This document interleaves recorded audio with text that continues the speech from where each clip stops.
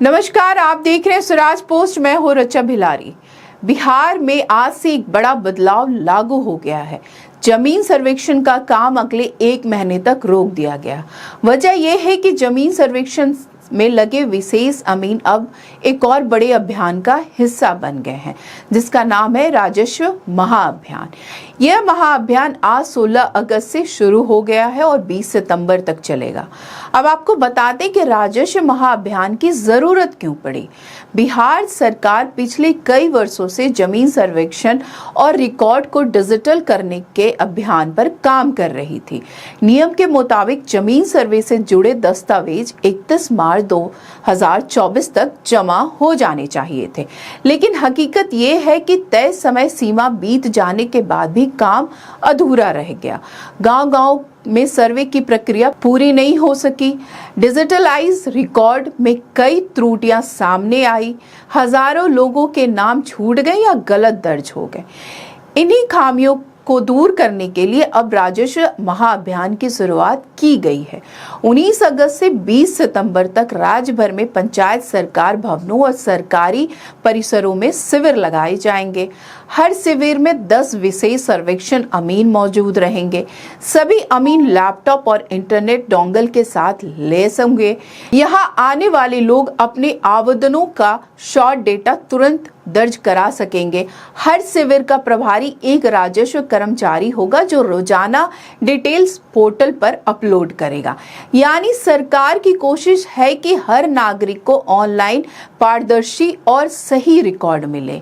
इस महाअभियान के दौरान कई अहम काम पूरे किए जाएंगे, जैसे डिजिटलाइज्ड जमाबंदियों में सुधार, पहले से दर्ज गलतियों को ठीक करना, छूटी जमाबंदियों को ऑनलाइन करना ताकि कोई नाम छूट ना सके, नामांतरण और उत्तराधिकारी संबंधी काम, संयुक्त संपत्ति का बंटवारा, उत्तराधिकारी के मामले में नाम बदलना, लोगों को सुविधा। राजस्व विभाग की टीम घर घर जाकर फॉर्म और जमाबंदी की कॉपी उपलब्ध कराएगी।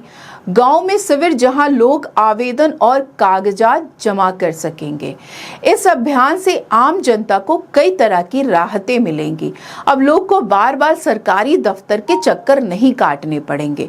रिकॉर्ड सही और अपडेट होंगे। उत्तराधिकारी और संपत्ति बंटवारे से जुड़े विवादों को सुलझाने में आसानी होगी। हर नागरिक को अपनी जमीन के डिजिटल कॉपी और सुरक्षित कार्ड मिलेगा। अब सवाल ये है कि इस बीच जमीन सर्वेक्षण क्यों रोकना पड़ा।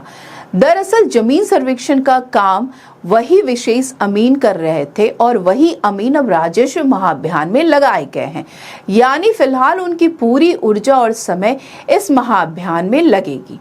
यही वजह है कि अगले 1 महीने तक जमीन सर्वे का काम बंद रहेगा।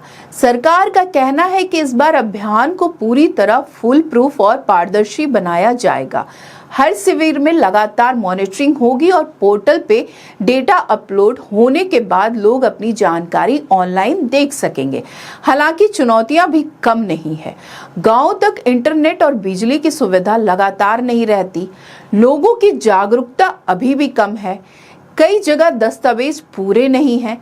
इन चुनौतियों को देखते हुए सरकार को स्थानीय स्तर पर टीमों को और मजबूत करना होगा। लोगों को उम्मीद है कि इस बार महाअभियान सिर्फ कागजों में नहीं बल्कि जमीन पर भी असर दिखाएगी। किसानों और ग्रामीणों का सबसे बड़ा सवाल यही है कि क्या इस बार उनका नाम सही दर्ज हो पाएगा? क्या जमीन का डिजिटल रिकॉर्ड विवादों को खत्म कर पाएगा?